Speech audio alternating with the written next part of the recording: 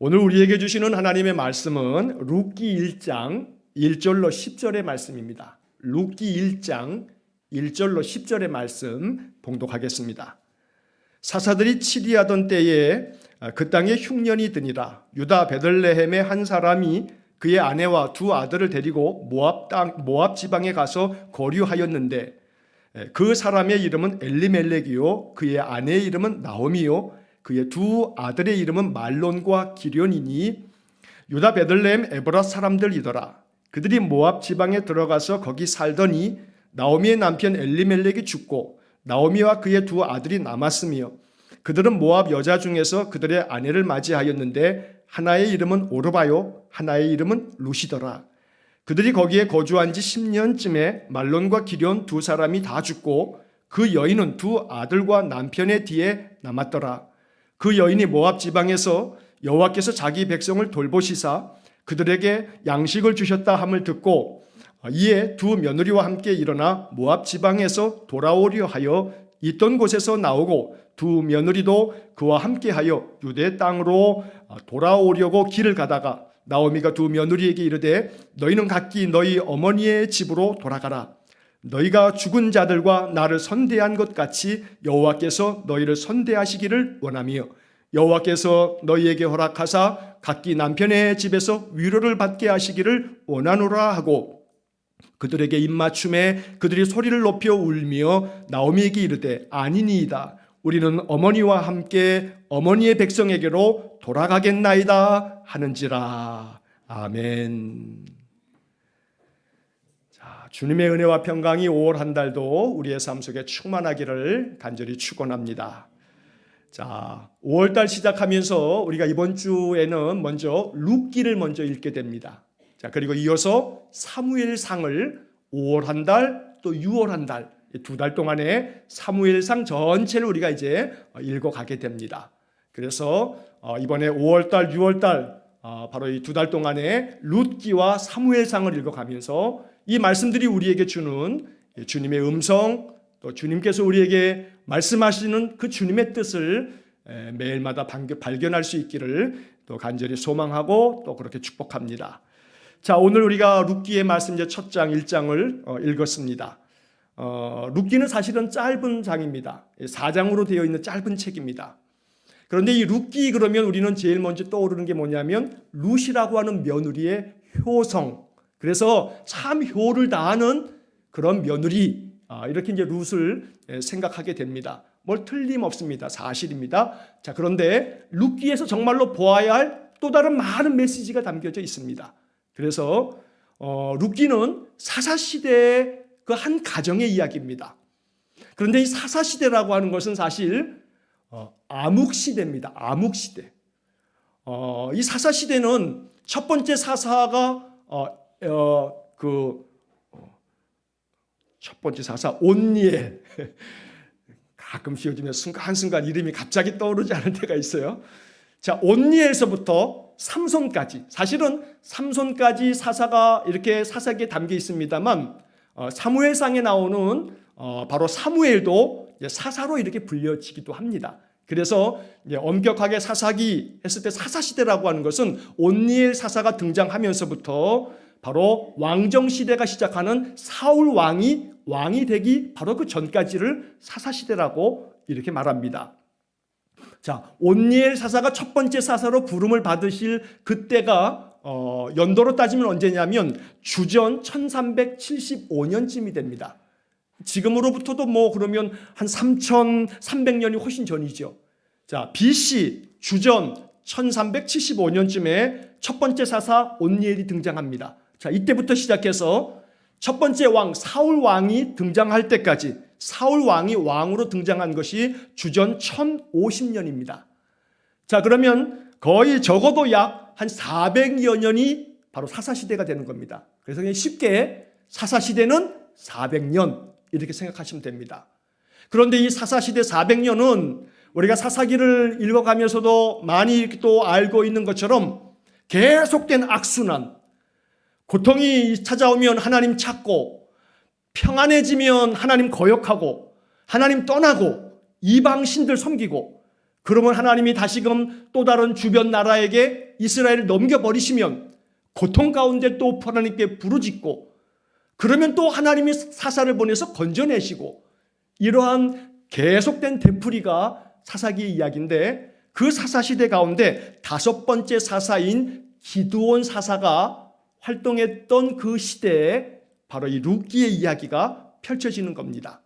좀 전에 말씀드린 것처럼 사사시대는 암흑시대입니다. 영적으로 사실은 하나님이 사사를 보내서 이스라엘 백성들을 구원하실 때가 있지만 한 번도 아니고 계속해서 조금만 편안해지면 하나님 등지고 떠나는 그러한 이스라엘 백성들의 모습은 사실은 영적으로 소망이 없는 그런 시대 같이 보여진다는 겁니다. 그런데 이러한 암흑 같은 그러한 영적인 시대에도 반짝반짝 빛나는 별들이 있습니다.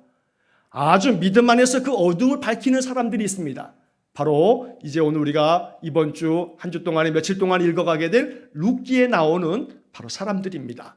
특히나 룻은 정말 어둠의 시대에 하나님께서 이방의 여인이지만 그 어둠을 밝히는 아주 작은 빛으로 이 여인을 선택하신 겁니다.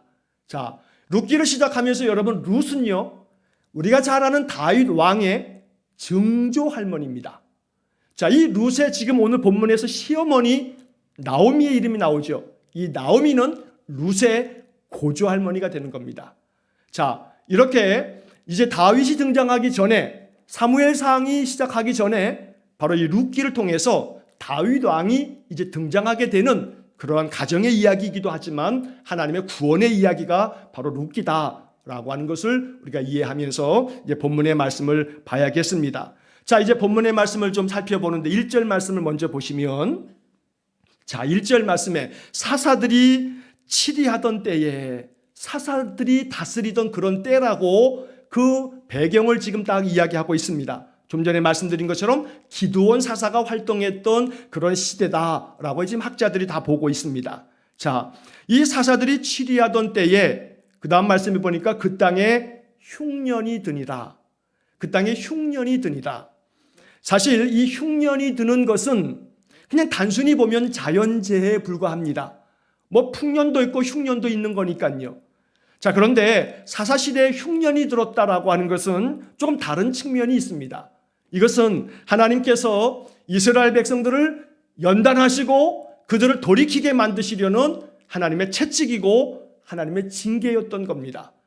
그래서 하나님께서 흉년을 통해서 이스라엘 사람들이 다시금 하나님 찾도록 하려고 하나님께서 그 땅에 흉년이 들게 하셨다는 겁니다. 사실 가나안 땅은 우리가 이스라엘 백성들이 출애굽하는 그 출애굽의 과정에서 가나안 땅을 젖과 꿀이 흐르는 땅이다. 이렇게 성경에서 계속 봐왔습니다. 젖과 꿀이 흐르는 땅에 흉년이 들었다. 사실 이 가나안 땅은 비옥한 땅입니다. 옆에 지중해가 있어서 지중해 옆에 있는 이 이스라엘 땅의 서해안은 완전히 평야지대입니다. 반면에 동쪽은 산악지대거든요.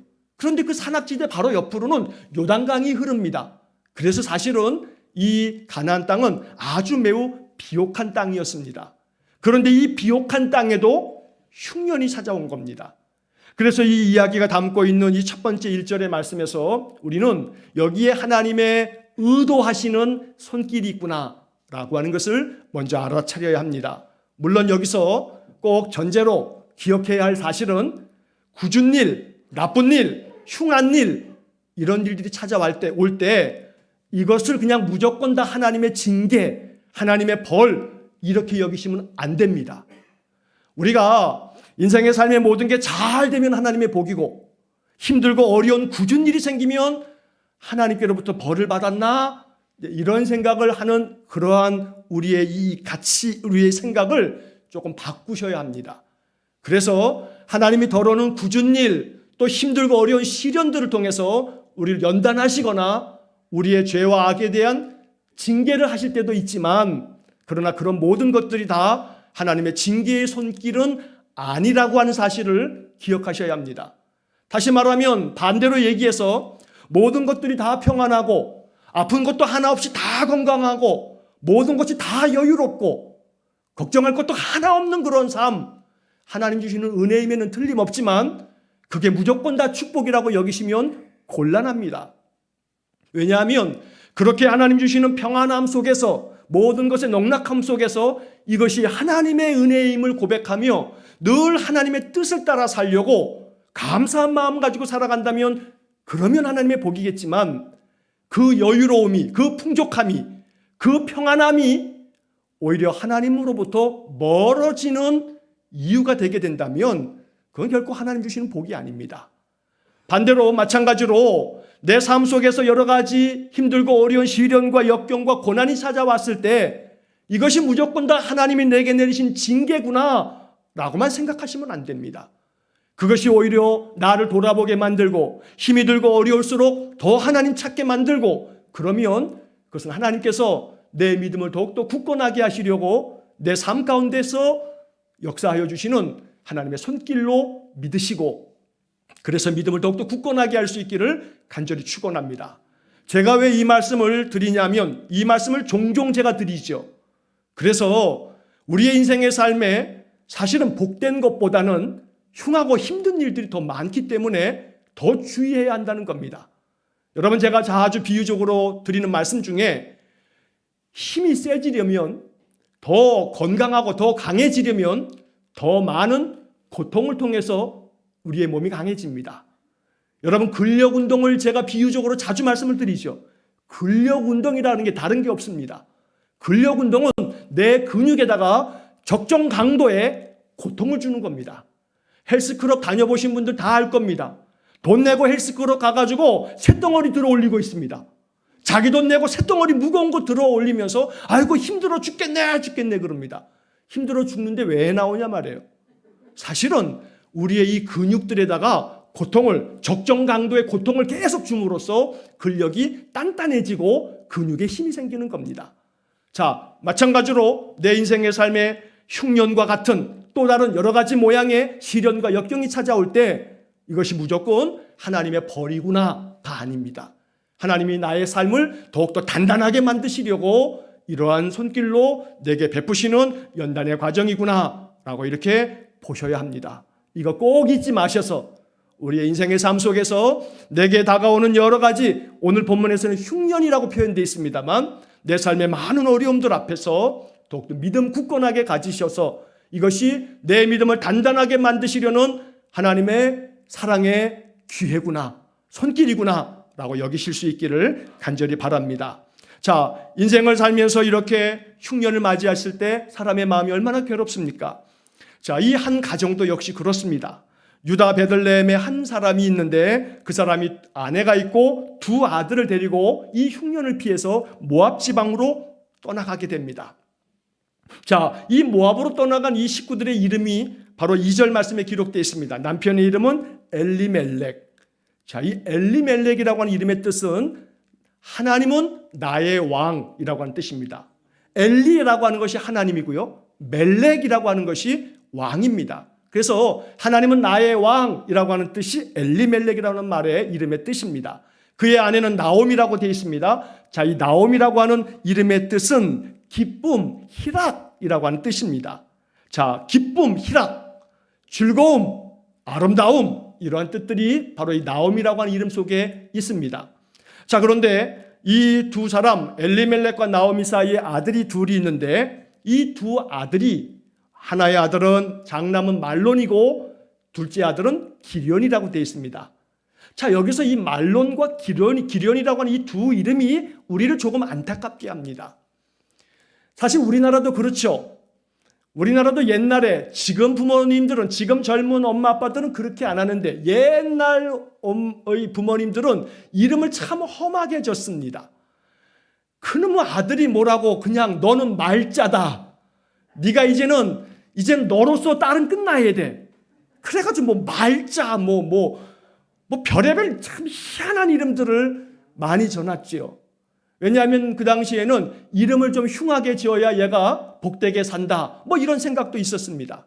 자, 이 말론과 기련도 마찬가지입니다. 말론이라고 하는 이 이름의 뜻은 뭐냐 하면 병, 질병, 병듦이라고 하는 그런 뜻입니다. 여러분 생각해 보십시오. 아들의 이름을 짓고 병약한, 질병에, 이런 이름을 짓는 부모가 어디 있겠습니까?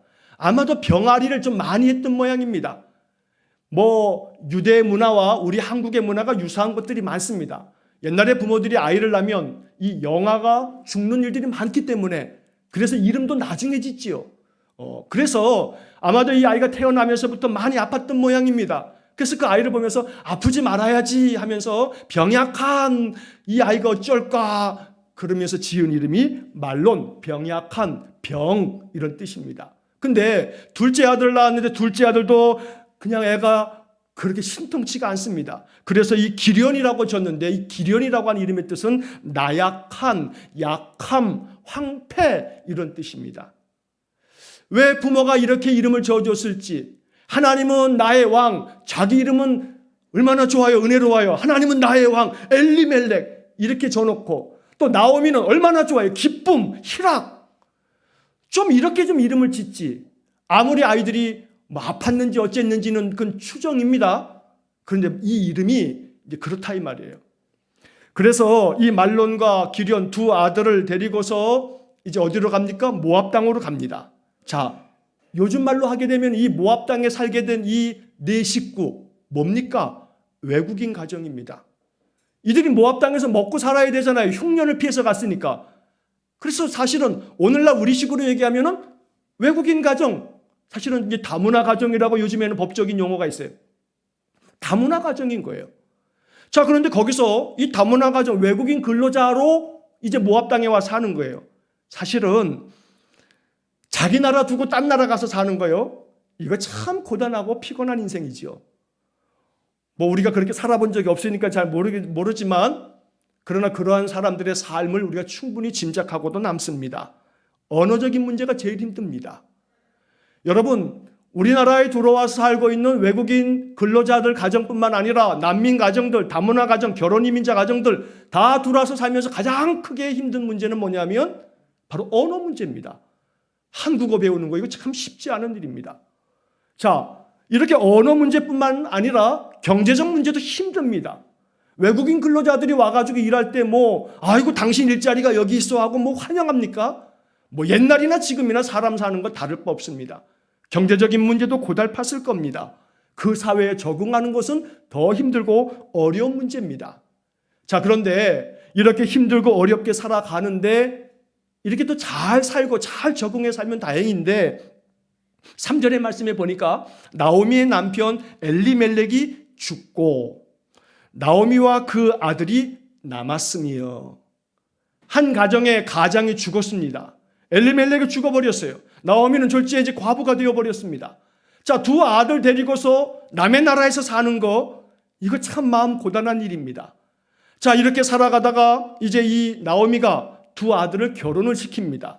자, 4절 말씀에 보니까 그들은 모압 여자 중에서 아내를 취하였는데 하나의 이름은 오르바요 하나의 이름은 루시더라. 거기 거한 지 10년쯤에. 자, 이렇게 4절이 되어 있습니다.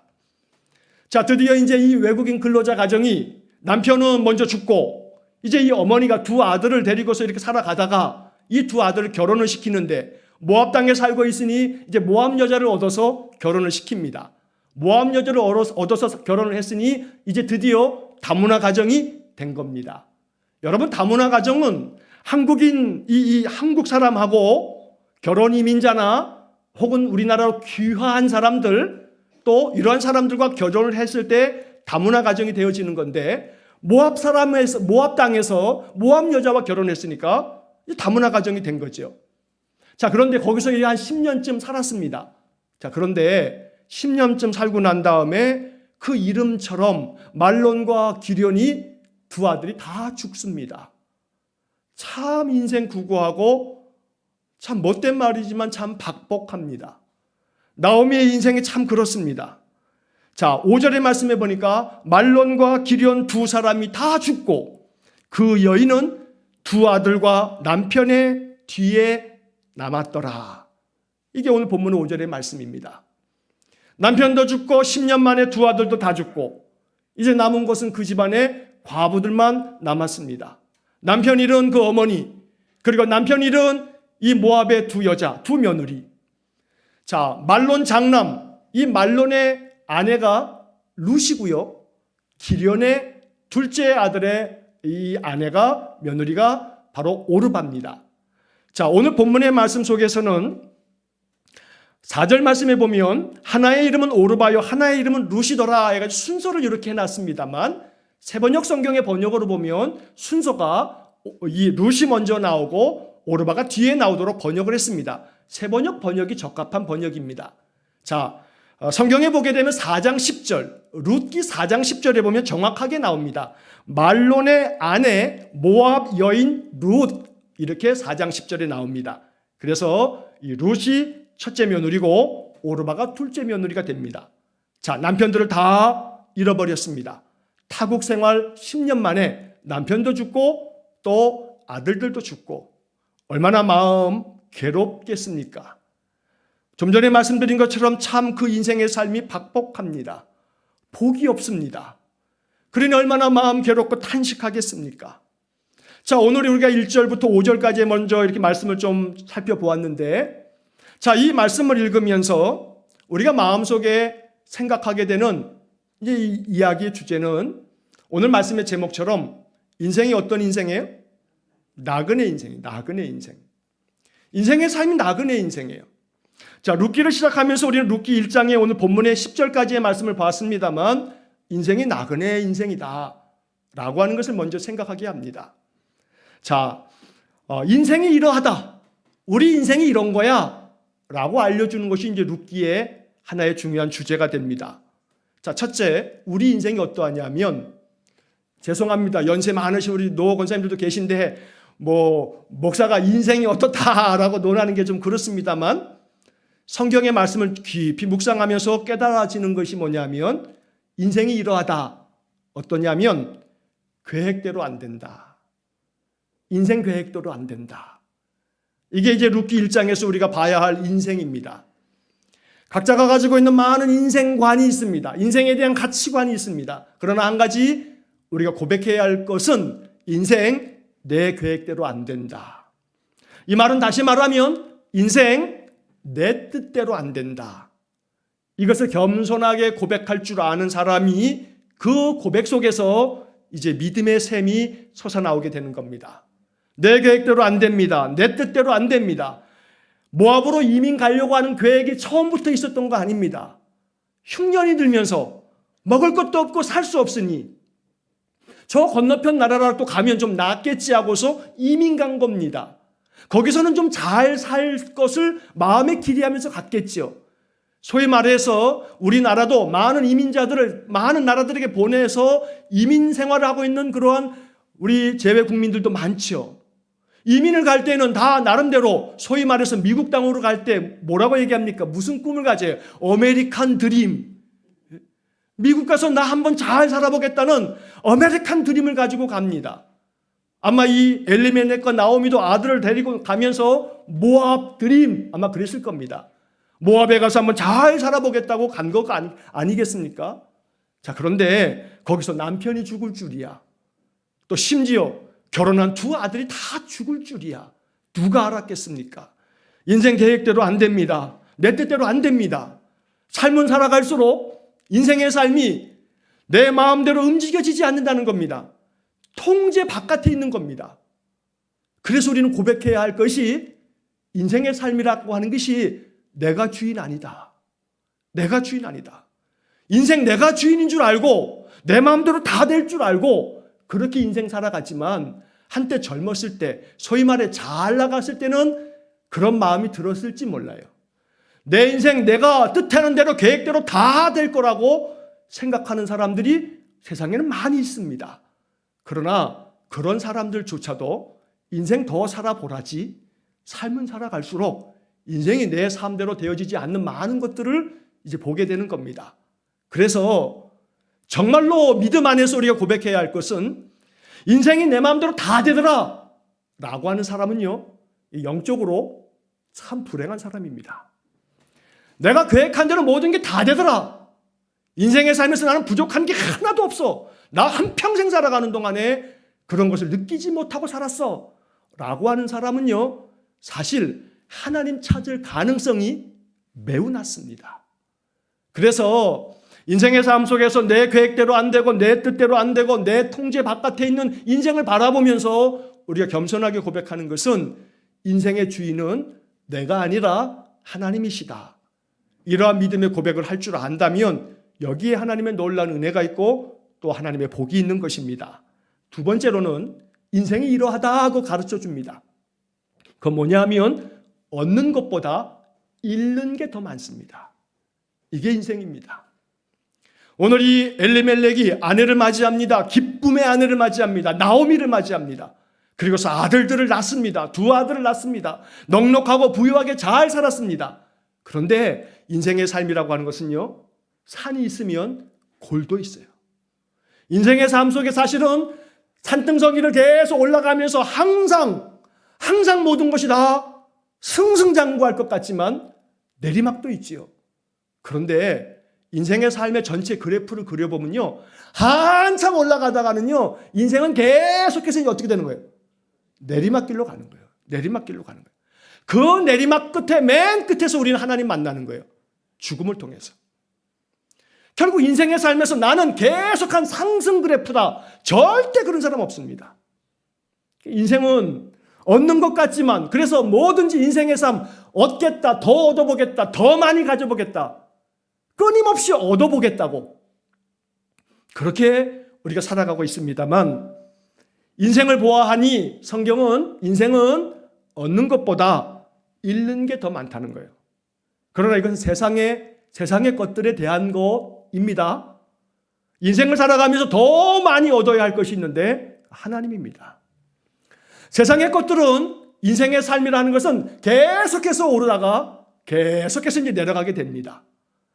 그러나 계속해서 오르막길, 계속해서 독수리 날개처럼 올라갈 수 있는 유일한 것은 하나님의 은혜, 하나님 찾는 마음, 하나님이 내 안에 계셔서 늘 나와 함께 하시는 그 삶의 인생은 언제나 하나님이 거침없이 항상 우리에게 부어주시는 하나님의 약속이고 축복입니다. 그러므로 얻는 것보다 잃는 것이 많은 것이 인생임을 알고 내 삶 속에서 자꾸 뭔가 잃어버리고 있을 때 너무 낙담하지 마십시오. 내 삶 속에서 하나씩 자꾸 잃어버리는 것 같을 때 너무 마음 괴로워하지 마십시오. 그 잃어버리는 것 대신에 뭘 채우라고요? 하나님 채우라는 겁니다. 점점 내 삶 속에서 잃어버린 것을 되찾을 수 없을 것 같을 때 이제는 하나님 채워서, 그 잃어버린 부분을 하나님 채워서 살라고 말씀하시는 겁니다. 제가 자주 지난번에도 말씀드린 것처럼 살아가면 살아갈수록 더 많이 건강해져요? 점점 더 쇠약해져요? 점점 쇠약해져요. 받아들여야 돼요. 점점 쇠약해지지만 하나님의 은혜 안에서 그래도 더 건강하게 살아가도록 하나님 지혜 주십시오. 지혜롭게 나의 몸도 잘 살피고 돌보고, 그러나 그럼에도 불구하고 연약해지는 것, 얻는 것보다 잃는 것이 많아지는 것이 인생입니다. 그러나 그런 가운데서 살아가면서 우리가 꼭 기억해야 할 것은 잃는 것이 점점 하나씩 많아질 때 하나님으로 채우라는구나. 인생 하나님 채우라고 하는구나. 이렇게 하나님께서 우리 인생을 운행하신다. 여러분 이것을 마음 깊이 받아들이셔야 합니다. 그래서 부족함이 많아질수록, 잃어버리는 것이 많아질수록 내 삶 속에서 하나님 더 많이 채우라고, 그래서 하나님으로 말미암아 이것을 견디어 나가고 이겨나가라고 하나님께서 우리에게 말씀하시는 것입니다. 자, 세 번째, 인생은 이러하다라고 이 룻기가 가르쳐주는 것 중에 또 하나 중요한 것은 결국에 가서 인생은 누구만 남아요? 나만 남아요. 나만 남아요. 오늘 본문의 말씀에서도 우리가 보는 것은 3절에서 나오미의 남편 엘리멜렉이 죽고 나오미와 그 아들이 남았단 말이에요. 남편이 죽고 이제 어머니와 두 아들이 남았어요. 자, 그리고 이 아들들을 위해서 결혼도 시켰어요. 얻었죠. 며느리들을 얻었어요. 얻은 줄 알았지만 또다시 10년 만에 이 두 아들이 정말로 눈에 넣어도 아프지 않을 만한 두 아들을 잃었단 말이에요. 항상 얻을 줄 알지만 잃었어요. 자꾸 나오미의 인생은 잃어버리는 인생이 되고 있어요.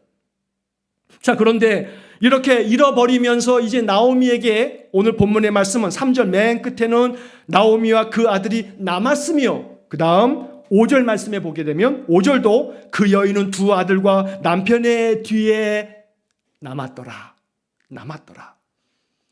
오늘 3절과 5절의 말씀의 맨 마지막 단어는 남았다. 누구만 남았어요 이제?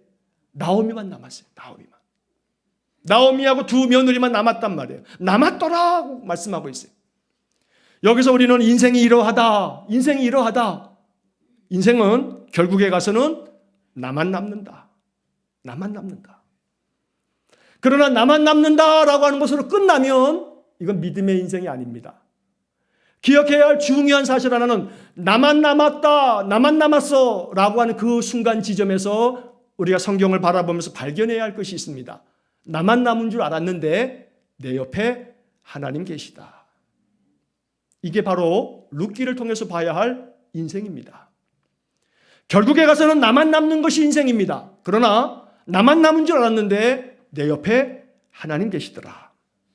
그래서 우리의 인생의 삶에서 얻는 것보다 잃는 것이 많은 인생이기 때문에 우리가 더 하나님 필요한 거지요. 시편 127편 1절의 말씀을 잘 알고 있습니다. 여호와께서 집을 세우지 아니하시면 세우는 자의 수고가 헛되며 여호와께서 성을 지키지 아니하시면 파수꾼에 깨어 있음이 헛되도다. 결국 내 인생의 삶에 잃는 것이 더 많은 인생 속에서 잃어버리는 것이 자꾸 생겨졌을 때 뭐가 필요하다고요? 하나님 필요하구나. 하나님 필요해. 이제 다 모든 것들을 잃어버리고 이제 홀로 나만 남았을 때 나만 남았구나 이렇게 탄식함이 아니고 이제 내 옆에 하나님 계시구나.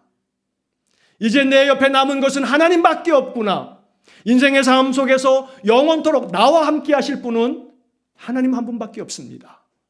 그래서 우리의 마음속에 기억해야 할 하나님의 약속의 말씀은 신명기 31장 8절 여호와 그가 내 앞에서 가시며 너와 함께 하사 너를 떠나지 아니하시며 버리지 아니하시리니 너는 두려워하지 말라 놀라지 말라. 하나님께서는 모든 것들을 다 잃어버리고 모든 것들이 다 떠나가는 그러한 인생 속에서도 우리에게 말씀하시는 겁니다. 하나님께서 너와 함께 하사 너를 떠나지 아니하시며 너를 버리지 아니하신다. 그러니 두려워하지 말아라. 그러니 마음속에 놀라지도 말아라 라고 말씀하는 것입니다. 인생의 삶에서 잃어버리는 것이 많을 때에 또 나만 홀로 남은 것 같은 그러한 고독과 외로움과 괴로움이 있을 때에 오늘 이 룻기를 펼쳐서 읽으시면서 엘리멜렉의 가정에 이 한 어머니 나오미, 그 나오미의 인생을 생각해 보시면서 이러한 가운데 이제 하나님께서 나오미에게 허락하여 주시는 은혜의 손길들을 이번 한 주간 동안에 룻기 4장까지를 읽으면서 이제 우리가 보게 될 것입니다. 하나님은 나오미가 모든 걸 다 잃어버린 줄 알았지만 이제 나오미의 마음속에 하나님 찾는 마음으로 다시 하나님께로 나아갑니다. 자, 오늘 본문의 말씀 이제 이어지는 말씀을 보시게 되면 자, 6절 말씀을 보겠습니다. 자, 6절 말씀에 보면 그 여인이 모압 지방에서 여호와께서 자기 백성을 돌보시사 그들에게 양식을 주셨다 함을 듣고 이에 두 며느리와 함께 일어나 모압 지방에서 돌아오려 하여 7절 있던 곳에서 나오고 두 며느리도 그와 함께하여 유다 땅으로 돌아오려고 길을 가다가 자, 이제 다시 어디로 돌아갑니까? 고향 땅으로 돌아갑니다. 이건 단순히 고향 땅으로 돌아가는 그런 문제를 얘기하는 게 아니고 6절에도 분명히 말하고 있는 것처럼 여호와께서 자기 백성을 돌보시사 그들에게 양식을 주셨다 함을 듣고 뭘 들은 겁니까? 여호와께서 은혜 주셨다는 얘기를 듣고 여호와께서 사사시대 계속 사사시대가 진행될 때마다 하나님 떠나면 또 하나님의 징계를 받아서 고통 가운데 신음했던 이 백성에게 다시 하나님 은혜를 베푸셨구나. 그래서 이제 하나님 찾는 마음으로 돌아오는 겁니다. 하나님이 돌보셨다 하는 소리를 듣고 하나님의 돌보심을 받기 위해서 다시 자기 나라 유대 땅으로 돌아오기로 결정하는 겁니다. 결국 우리는 이 6절의 말씀 속에서 이제 길을 찾아야 합니다. 이 6절의 말씀이 이정표입니다. 어디로 가야 하나? 어떻게 살아야 하나? 모든 걸 다 잃어버렸고 나만 남았는데 어떻게 살아가야 하나? 어디로 가야 하나? 6절의 말씀이 이정표입니다. 바로 하나님의 돌보심 안으로 돌아가는 것. 하나님의 돌보심 안으로 들어가서 주님의 날개 아래 거하는 것. 이게 바로 이 룻기를 통해서 주시는 나그네 인생이 곧 가야 할 것은 하나님의 날개 아래, 하나님의 돌보심을 받는 그 안으로 들어오는 것, 바로 이것이 1장에서 하나님 우리에게 주시는 영적 교훈인 것입니다. 자, 그래서 하나님이 자기 백성을 돌보셨다는 이야기를 듣고 하나님의 돌보심을 받기 위해서 이제 나오미가 길을 떠나게 됩니다. 두 며느리가 같이 갑니다. 그런데 나오미의 마음속에 길을 가다가 생각하니 이건 아닌데 하는 마음이 들어서 이제 8절과 9절 10절 말씀에서 나오미가 두 며느리에게 이렇게 얘기합니다. 8절, 나오미가 두 며느리에게 이르되 너희는 각기 너희 어머니의 집으로 돌아가라. 친정으로 가라는 겁니다. 너희가 죽은 자들과 나를 선대한 것 같이 여호와께서 너희를 선대하시기를 원하며, 이 두 며느리가 남편을 잃어버리고도 이 어머니를 10년 동안에 참 그 이후로도 잘 섬겼던 것 같습니다.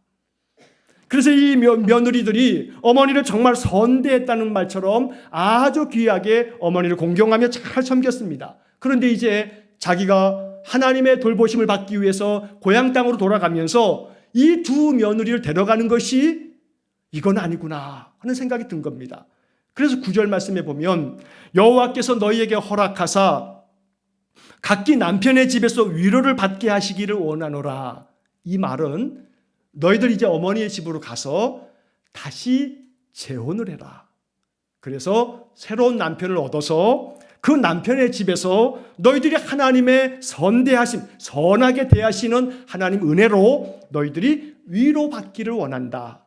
너희들이 나를 이렇게 잘 공경하며 섬겨주었는데 이제는 나와 함께 갈 것이 아니고 너희들은 어머니 집으로 갔다가 거기서 남편을 다시 만나서 재혼을 해서 아름다운 가정을 이루어 그렇게 살도록 해라. 거기서 위로를 받도록 해라.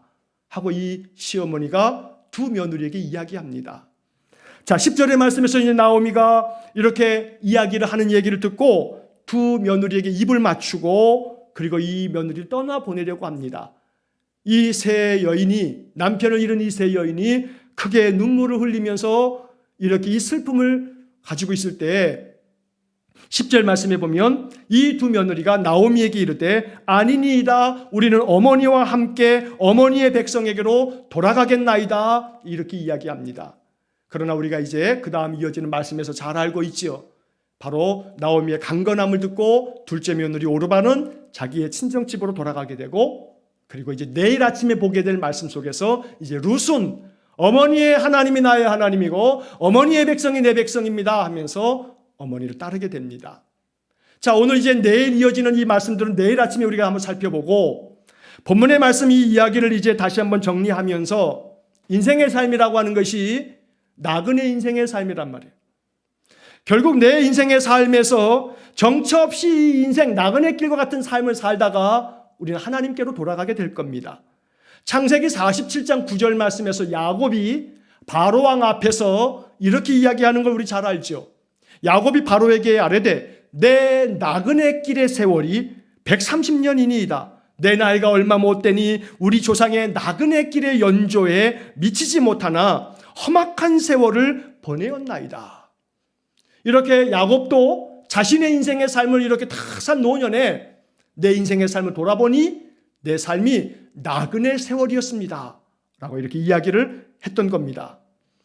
여러분, 나그네라고 하는 이 말은요, 자기 고장을 떠나 다른 곳에 잠시 머물거나 떠도는 사람, 이렇게 사전에 풀이가 돼 있어요. 우리의 인생의 삶이 나그네. 우리는 우리가 있었던 원 본향 하나님 나라에서 떠나 하나님 이 세상에 보내심으로 이 세상에 잠시 머물고 떠돌다가 하나님 부르심을 받으면 하나님 나라 본향으로 우리 예수님께서 마련해 주신 하늘 장막으로 돌아갈 거라 이 말이에요. 그러니 세상의 인생의 삶에서 그 옛날 가수 우리 최혜준 선생님께서 하숙생 노래에서 말씀한 것처럼 정일랑 두지 말자, 미련일랑 두지 말자. 인생은 나그네 길, 어디서 왔다가 어디로 가는가. 어디서 왔다 어디로 가기는 하나님 나라에서 왔다가 하나님 나라로 가는 거죠. 그죠? 인생의 삶은 하나님 나라에서 왔다가 하나님 나라로 가는 거예요. 이러한 인생의 삶을 살면서 이 노래는 구름이 흘러가듯 떠돌다 가는 이 길에 정일랑 두지 말자, 미련일랑 두지 말자. 나는 세상에 정들 수 없어라 라고 하는 복음성 가사도 있어요. 나는 이 세상에 정들 수 없어라. 결국 내 인생의 삶, 세상 것에 자꾸 연연하면 연연할수록 이 늪에서 헤어나오지를 못해요. 인생의 삶을 이 세상 속에서 땅 밟고 살고 있지만 하나님 거룩한 백성으로 나는 내가 가야 할 본향이 있다 하는 마음 가지고 겸손한 마음으로 내 인생의 삶이 이러하다. 내 인생의 삶이 어떠하다고요? 내 인생 삶 계획대로 안 된다. 내 뜻대로 안 된다. 내 인생 내가 주인 아니다. 하나님 주인됨을 겸손히 고백할 줄 알고 그렇기 때문에 내 인생의 삶이 이러하다. 어떠하다고요? 얻는 것보다 잃는 게 더 많다. 인생 살다 보면 점점 더 잃어버릴 게 더 많다. 평생 얻을 줄 알고 살지만 점점 잃어버릴 날 찾아온다. 그러면 잃어버릴 때 이것이 하나님이 나를 버리셨는가, 나를 떠나셨는가 이러지 말고 잃어버린 것들이 많아질 때 이게 인생이다 여기면서 잃어버린 것, 그것 때문에 가슴 아파하지 말고 잃어버린 것 대신에 이제 하나님은 그 자리를, 잃어버린 것들 그 자리를 하나님으로 채워라. 하나님의 은혜로 채워라 말씀하시는 겁니다. 건강이든 물질의 삶이든 부족함 많고 자꾸 잃어버리는 것 같을 때 여기서 낙담하여 무너지지 말고 하나님에 대한 신앙 자꾸 흔들리지 말고 얻는 것보다 잃어버리는 게 많은 게 인생이다. 잃어버린 것이 많아질수록 하나님으로 대신 채우라고 하시는구나. 이렇게 깨닫는 그런 삶이 되어야 합니다. 그래서 결국은 앞서 말씀드린 것처럼 인생의 삶 속에서 오늘 3절과 5절의 마지막에 나오는 단어 남았더라. 이제 인생의 삶은 다 떠나가고 나만 남는 게 인생인데 나만 남는 게 결코 아니다. 누가 함께 계세요? 하나님 함께 계신다. 하나님 함께 계신다. 그러므로 하나님과 함께 인생의 삶을 늘 믿음 안에서 승리하며 살아갈 수 있기를 간절히 축원합니다. 아무리 내 인생의 삶이 그저 정처 없이 사는 것 같지만 아닙니다. 우리는 정처 없이 사는 사람들이 아닙니다. 우리는 반드시 하나님 앞에 나아갈 것이며 하나님 예비해 주신 정처, 정해진 장소를 향해서 나아가는 인생입니다. 그러므로 우리는 떠도는 인생이 아니고요. 순례하는 인생입니다. 인생의 삶 굽이굽이 내 인생의 삶의 골짜기를 그 골짜기가 더러는 사망의 음침한 골짜기여도 하나님 거기에 나와 함께 계십니다. 주의 지팡이와 막대기로 나를 안위케 하시는 분이십니다. 그러므로 인생의 삶 속에서 나그네 길이라고 나그네 인생이라고 한탄하며 노래하는 게 아니라 내 인생 나그네 삶 같지만 내 주인 내 하나님을 섬기면서 하나님 나라를 향하여 나아가면서 더욱더 믿음 안에서 굳건한 힘을 가지고 살아갈 수 있기를 주의 이름으로 간절히 축원합니다. 기도하겠습니다. 하나님 감사합니다. 룻기의 말씀을 시작하면서 룻기를 통해서 주시는 하나님의 약속의 말씀이 우리의 마음에 위로가 되게 하시고 이 말씀들을 통해서 인생을 재발견하게 하시고 나의 삶 속에 모든 것들을 다 잃어버리고 이제는 나만 홀로 남은 것 같은 때에도 오직 나와 함께 계시는 하나님, 나를 떠나시지도 아니하시고 나를 버리시지도 아니하시고 영원토록 나와 함께 하셔서 은혜와 복을 베풀어 주시는 여호와 하나님으로 내 인생을 채우면서 살아가는 믿음의 사람들 되게 해 주옵소서. 예수님 이름으로 기도하옵나이다. 아멘.